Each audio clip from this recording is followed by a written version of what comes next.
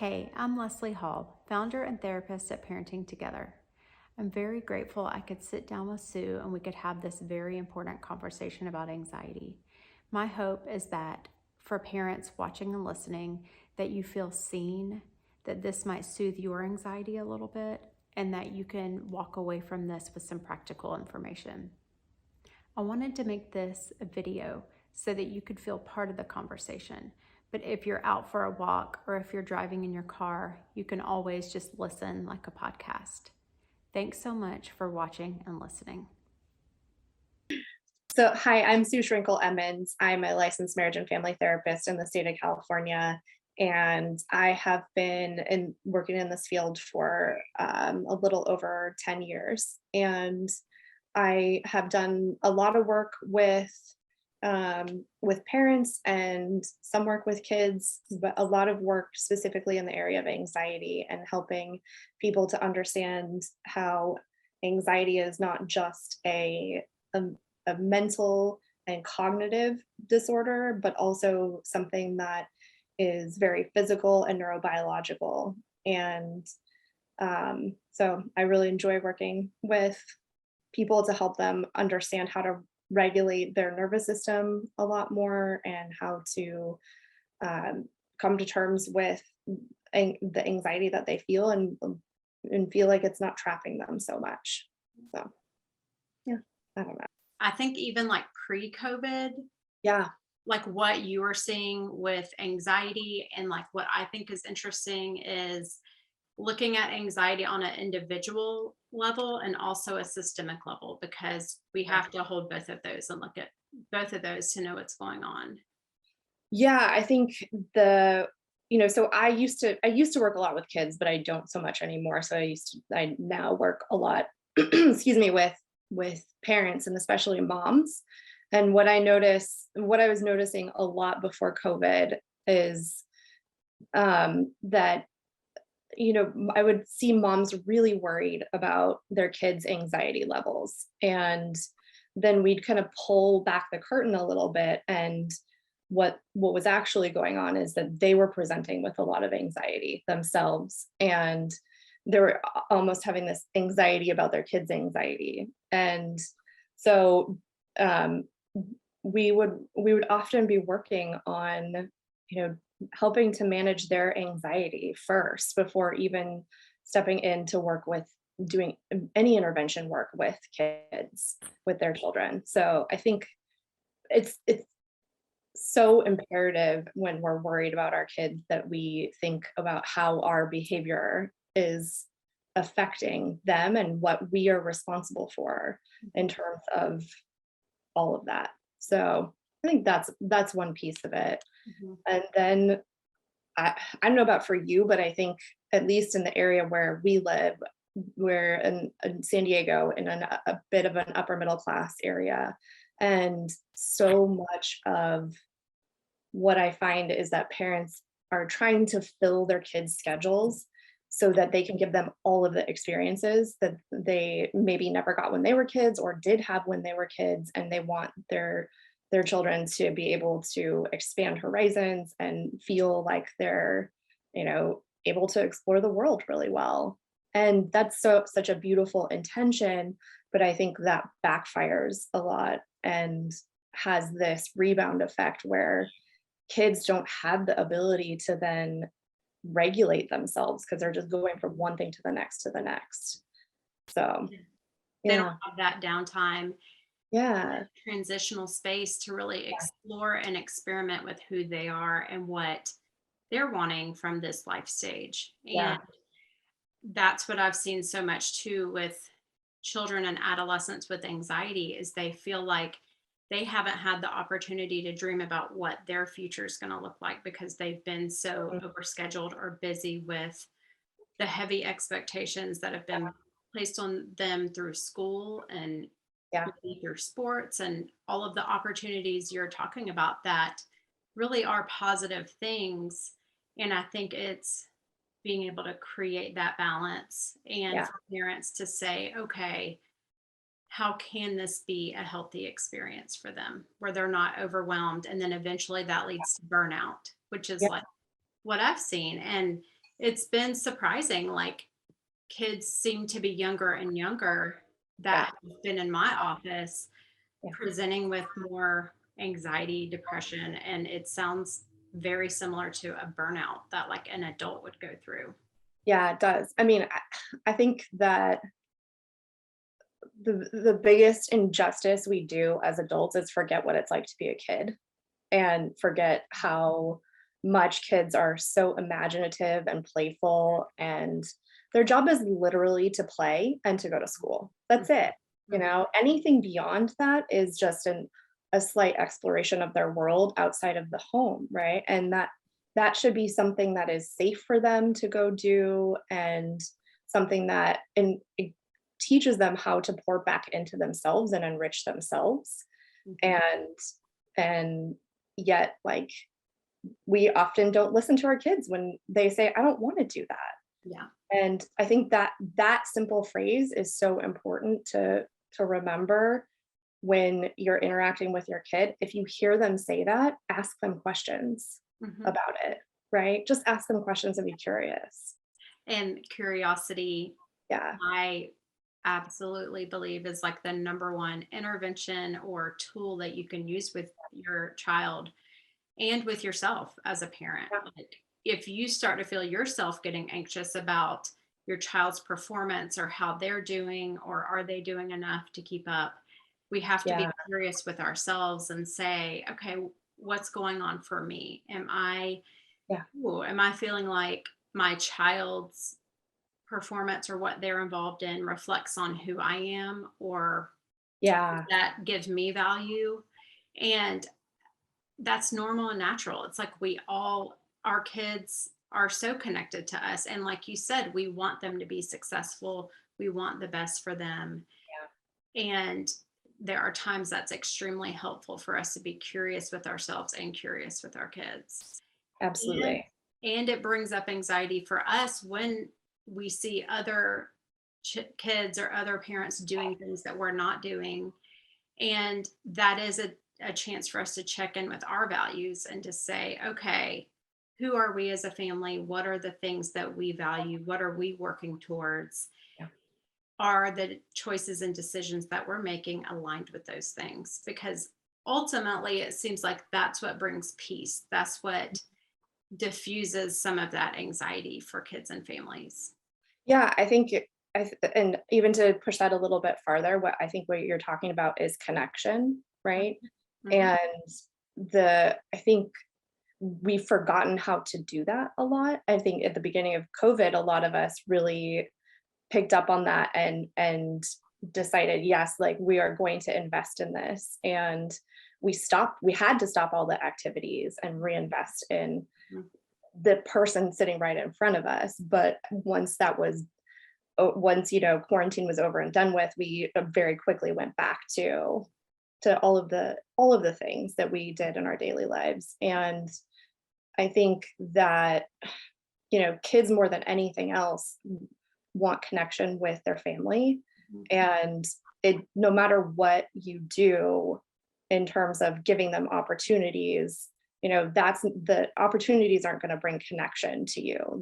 The thing that's going to bring connection to you is sitting down and having space to be one-on-one with them. And there's so much neurobiologically that connection brings to us as well. It helps to calm and dampen the stress response in our nervous system.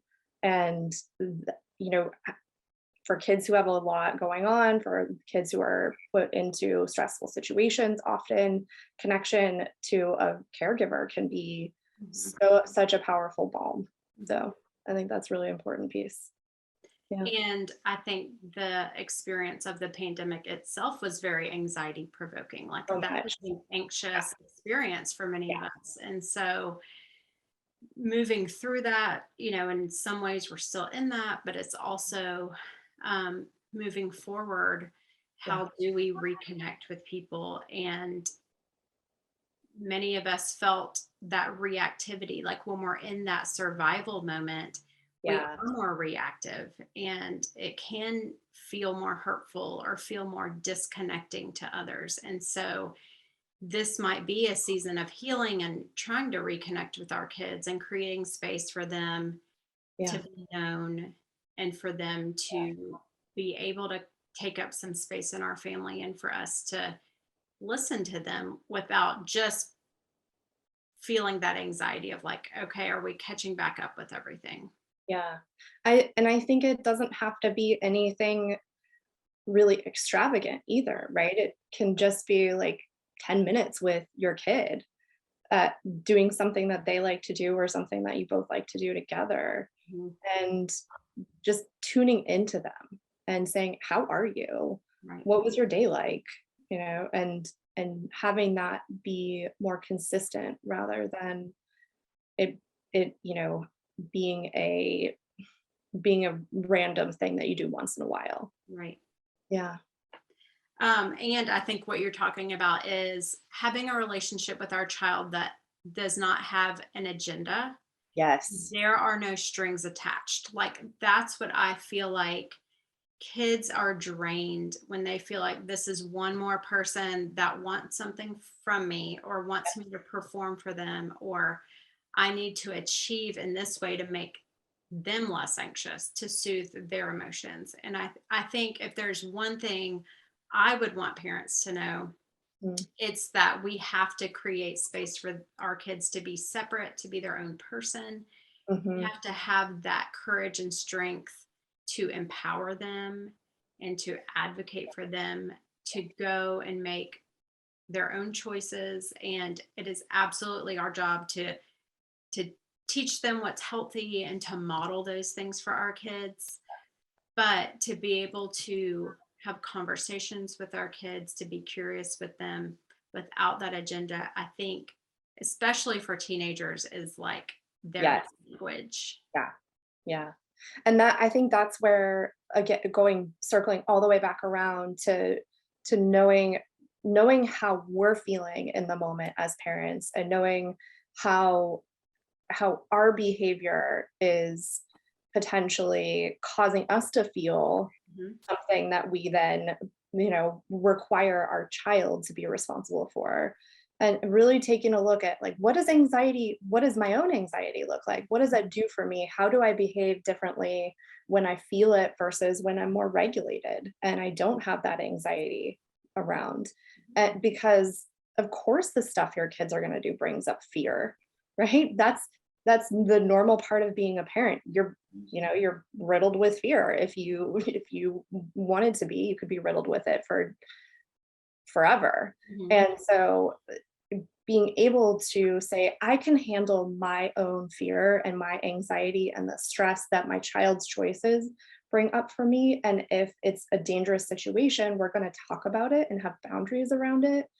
But if it isn't, if they're okay and they can keep themselves safe and I can help them do that, then I have to let them go explore Yeah, and turn around and soothe myself, right. right? And that gives them the freedom they need to Mhm. then take care of themselves and Yeah, to learn how to take responsibility for themselves. yeah, And it's also modeling that for them. It's showing them rather than just telling them and teaching them, it's showing them day to day in real time, like, this is what it looks like to manage my own emotions yeah, and to take responsibility for who I am. And it communicates they're not responsible for that. And right. that is ultimately what helps kids succeed and thrive. Yes. Yeah, yeah. Your the ability to model for them is it, like, that alone is going to create good human beings, Mhm. right? You modeling your own boundaries and saying, this is where emotionally, this is where I end and you begin. Mhm. And I'm not going to take responsibility for what you feel. And when you do something that makes me hurt, I might tell you about it so that I can help you correct that behavior. But then I'm not going to continue to tell you about it. I'm going to go, take a break for myself, or I'm going to go talk to my friend about it or my partner about it and do the things that I know don't put that on my own child. Yeah. Yeah. which is the healthy boundaries. I mean, Yep. that's what that looks like. That's how boundaries play out. Yes. Yeah. And something else I think about a lot is sometimes, when we're adults and we're living our lives at work and with our families, we might find ourselves in these roles that we might have been in our own families that we grew up in. And Yes. so I do think it's helpful when we're thinking about anxiety and anxiety within families and with our kids to think about what role did anxiety play in the family I grew up in? Was Yeah. I the person responsible for keeping everyone happy and calm? Mhm. Was anxiety allowed to be spoken about? Were feelings allowed to be processed? Or was that something we felt but weren't allowed to address? Yeah. And Yeah. taking a little time to reflect on that and to think about, okay, what were the things that were positive about that? And then what are the things that I might want to change about that? Yeah. I Yeah. think that benefits our kids too. Absolutely. Absolutely. Because if we don't know about and step back and observe some of those thoughts and emotions and behaviors, then it's going to be really easy for us to just repeat the same pattern in our own family, the family that we've chosen. And then I think that feels really heavy for us as parents because I don't know about you, but I remember thinking, I don't want to repeat that in my own family. Like there were definitely some things that I did not want to bring into my own family. And so being able to be even curious about yourself and about your own anxiety is, I think, again, another way to model that for your kids, Mhm. right? And there's some good parts to anxiety. There's some really good parts to anxiety, right? It allows us to sense danger in our world, Mhm. and we need that piece of it. So we don't want to get rid of it completely, Right. nor do we want our kids to get rid of it. It's just about how we manage it in really healthy, productive ways that prevent us from, going into a diagnosable anxiety disorder or having severe health implications from all the stress that's built up. Yes. So, yeah. And that reminds me of just something I've observed is that it is a positive thing that it feels like our world and our culture is talking about mental health. We're noticing that kids are struggling, especially with COVID. It's brought all of that right to the surface. And you and I are both therapists. So obviously, Mm, we know and believe that therapy is helpful for those presenting with anxiety. yeah.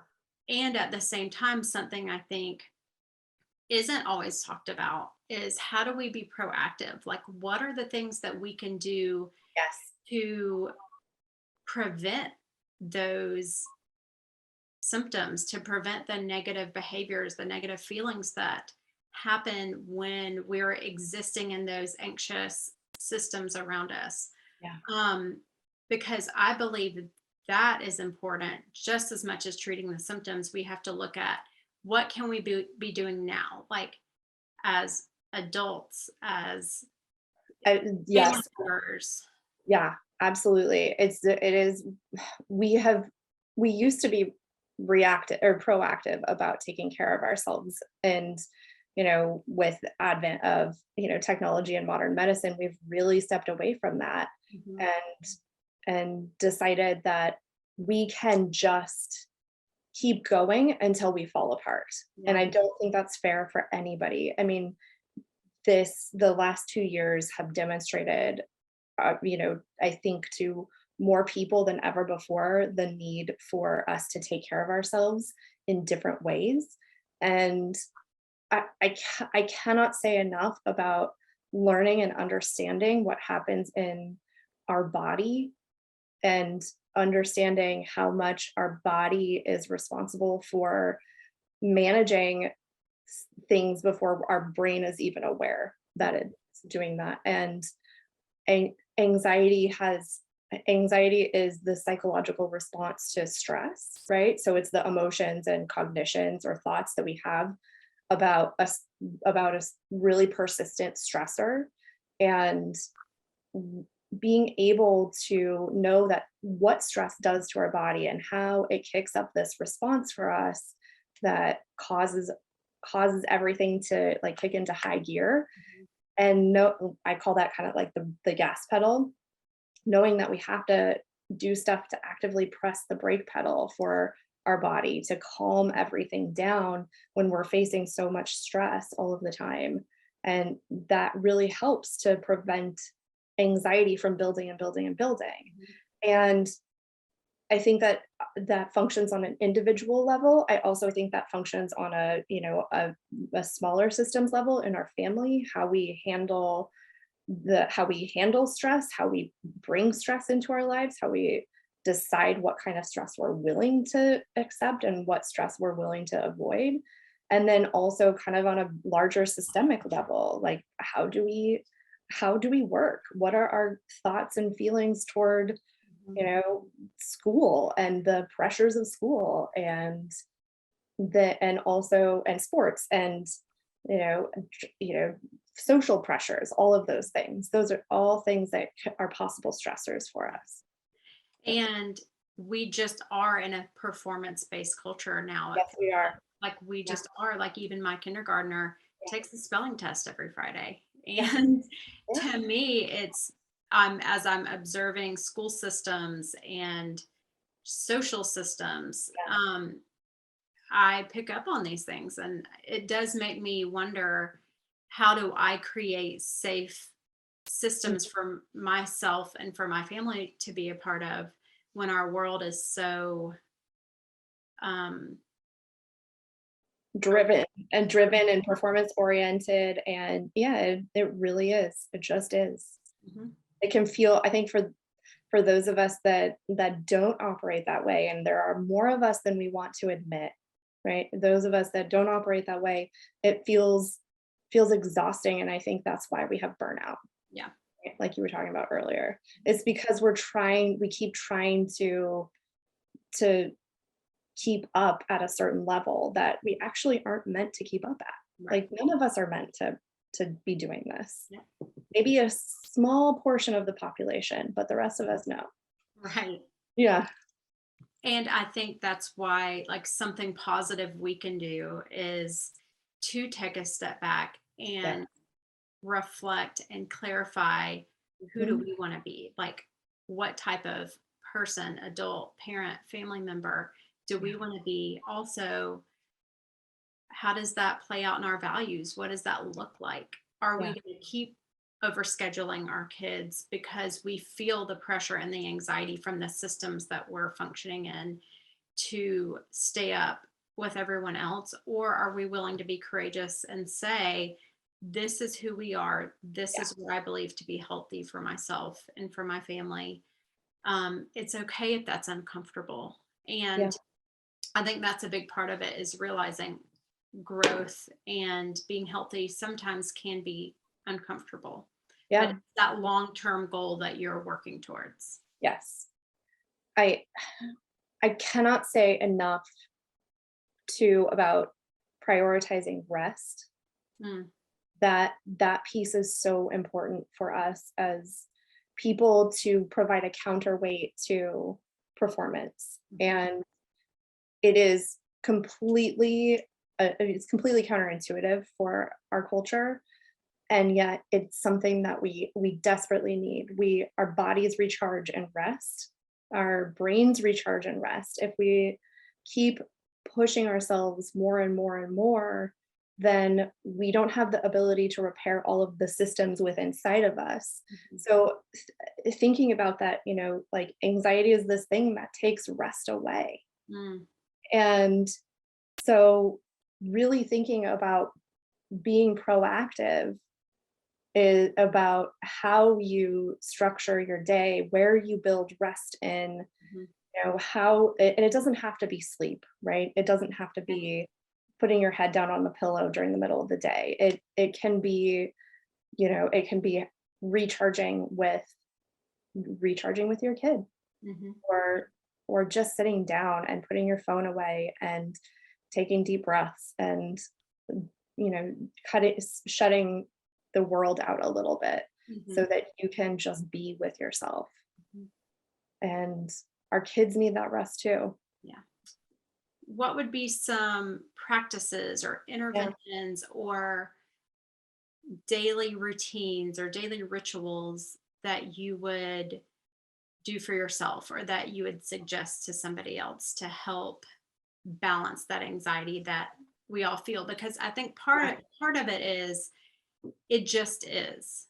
Hmm. There's a Especially part right of me now. that wants to rebel against all of it, but yet Yeah. we're still in this culture. We're still participating in relationships with people around us. And so, how do we find our place in that without totally cutting off from everyone and everything?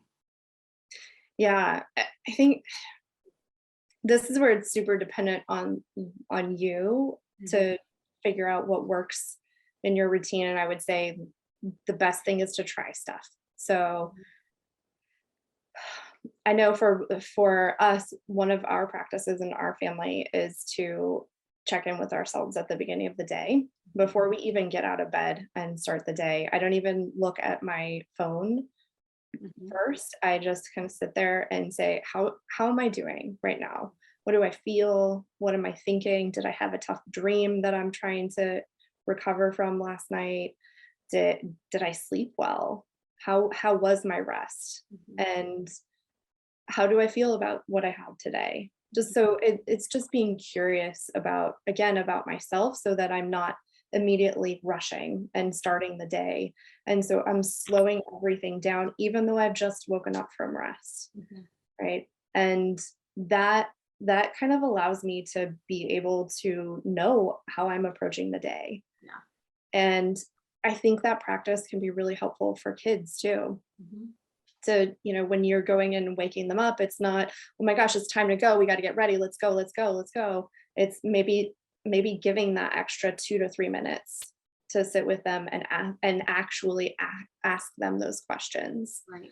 um another one that Another one that I really love is making sure that you build mindfulness into your day. So I know it is just like such a like in vogue thing right now to be like, use mindfulness. But the reasons behind mindfulness are really, really strong and supported by a lot of research that mindfulness is this ability for us to build new neural pathways in our brain for information to travel down differently. And the more that we use mindfulness skills, the more awareness we bring into our world about what's going on in the present, rather than being so focused on what anxiety wants us to be focused on, the future or the past.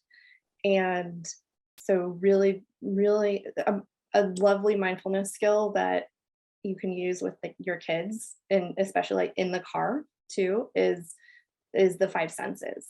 So what do they see? What are they tasting? What do they smell? What does it feel like, with touch? How do they feel their skin? Or what are their clothes feel like? What does it feel like to have their shoes? Or what are they physically touching in the car? The whole goal is just to bring our brain back into what's going on right now, so that you're actually building awareness for your child of their internal world and their external world, so that they can start to see and know, like, hey, this feels safe to me, this doesn't feel safe to me. It helps them understand boundaries. It helps them to do internal regulation of their nervous system to help decrease and put the brake pedal on their stress response. So And that ultimately builds confidence in a child because absolutely. they know what to pay Mhm. attention to. They know what their triggers are. Yep. And then they have tools. Like they understand, okay, I don't have to be afraid of this feeling when it comes up. I Yeah. actually know how to handle this. And it's Yeah. not bad to have anxiety. It doesn't mean there's something wrong with me. Yeah. Most people are going to feel that, it seems like, at some point in their life. Yeah. And so if a child is feeling that, that is an amazing opportunity to build a life skill for them and to give them confidence moving forward that this is just part of what it means to deal with stress and I Yeah. can handle it. Yeah. Every emotion you feel is okay to feel. Yeah. They just are. Yeah. Yeah.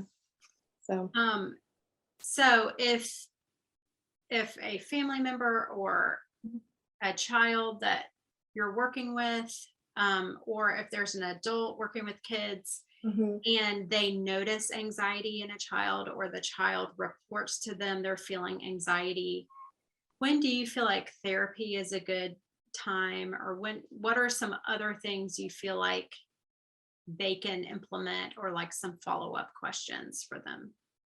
Yeah, I think the best thing that you can do first is to normalize for your kid that anxiety is a feeling that everybody feels.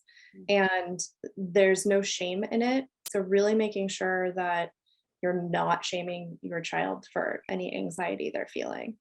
And that that then you can ask like the certain places they feel it, how they feel it in their body, because their body is going to tell them first, but how they feel before they're even conscious of it in their heads. And kids don't have a lot of words for their feelings yet, because that's something we get as we develop into adulthood. And so they're much more able to say, my stomach hurts, or I don't know, it just feel I feel like I feel tight, or something along those lines. And so asking the questions is probably a really good place to start. And then I think that, there's so many resources for families who might want to try some behavioral interventions first. So that would be something like, creating a calm place in your kid's room that's the space where they can go to soothe themselves when they are feeling more upset. You kind of have to help them to understand that that's where they need to go. And you can even create that space with them that is theirs. They can have a lot of input on that. So you can see and try to do some help them do some soothing strategies first. And if it kicks in for them and they really like it, and you notice a decrease in anxiety maybe after a week or so, then this might be resolvable and you don't need to go to therapy. Right. If it's something that's been going on for a while, if you notice it for if you notice your kid's been having some of this for a couple weeks to a month, and none of that is really helping, then it's probably a good idea to call somebody. Mhm. And what you want to make sure to do is to find someone who really has a good specialty working with kids, because there's a lot of therapists who say they work with kids, but they don't actually know or have the training in it. So really making sure that they have experience working with children. Mhm. I think that is an important piece of it, to know, for a therapist to know how to kind of manage and help guide a child along in the process of therapy. Right. Yeah. And something I think about too is if your child is experiencing some of that anxiety or presenting with that, like collaborating with Mhm. teachers, coaches, Yes. other people in that child's life, so that you can know that they aren't creating more shame for your child, and that Yeah, you're all on the same page with how we want to handle this. Because absolutely. that is what creates the safety, I think, for kids to feel like they can handle it and deal with it, and other people support them in that. Yeah. I think the biggest thing that I would encourage parents to do first, maybe even before they're putting their child in some therapy, is consider doing a couple parenting sessions themselves. Yeah. Because I think that can be an incredible game changer. It doesn't necessarily need to be that you're doing therapy for a prescribed amount of like 6 months or something. Oftentimes when you work with someone who knows what they're doing with parenting, they can help give you a few strategies. They can hear what's going on for your child in the first session, give you a couple strategies, and then you can go try them at home and see what happens, and then come back and troubleshoot with that therapist, and then go from there. And And yeah, it's normal for parents to feel anxious when yes, their children are anxious. Like, yes, we can carry that anxiety for our kids. And so we also need a place even Mhm. if it's just sharing and processing how we're feeling, Absolutely. just a safe place to do that. And sometimes we learn a lot just by sharing about what we're feeling. Yeah. Um, Yeah. Yeah. so that's definitely very helpful.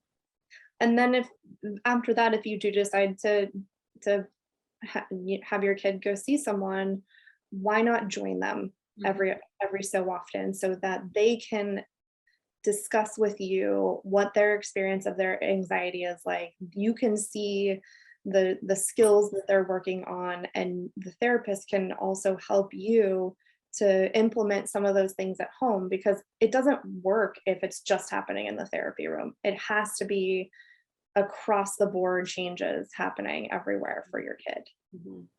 Yeah. And parents, as somebody who has worked many years with children and with parents, the biggest changes happen when the parents Mhm. understand their role.